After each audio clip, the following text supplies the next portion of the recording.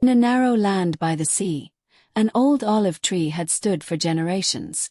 Children once tied ribbons to its branches, and kites filled the sky.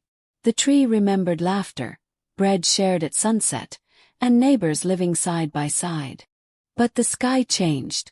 It grew crowded with sounds that did not belong, distant blasts, buzzing machines and smoke. The streets grew empty, then broken. Families carried bags from one shelter to another. A school turned into tents, a cousin's floor, then anywhere safer. The olive tree still stood, watching the world tilt, its leaves trembling in the wind. Miriam was 10. She guarded a small notebook like treasure. On the first page she had drawn the tree and the kites. On the latest page, she drew a loaf of bread, divided into lines. 1, 2, 3, 4, 5. She whispered to her little brother Sammy. That's how many slices we'll share today. If the truck arrives. Her drawings kept count when words weren't enough. Not far away, Yusef zipped his medic vest, the one that used to be white. He counted bandages, counted bottles of water, counted what fuel was left. The numbers never added up.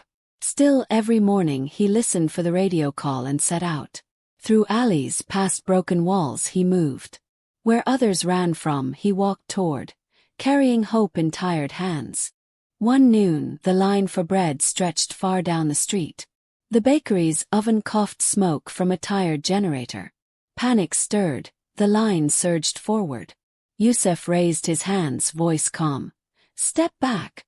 We will all get a share. The crowd steadied.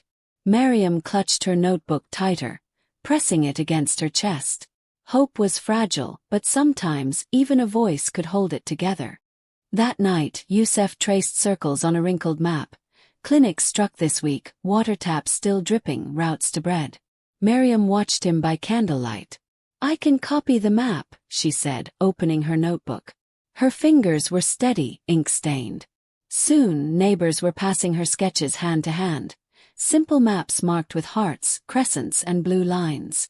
Her pages became paths. One evening, Yusef brought a paper bag, 2 loaves and a tin of beans. Miriam's mother smiled and lit a small fire. Neighbors gathered as she spooned the meal onto metal plates. The taste was simple, but laughter rose around the courtyard. For a moment, hunger felt lighter. For a moment, it was enough.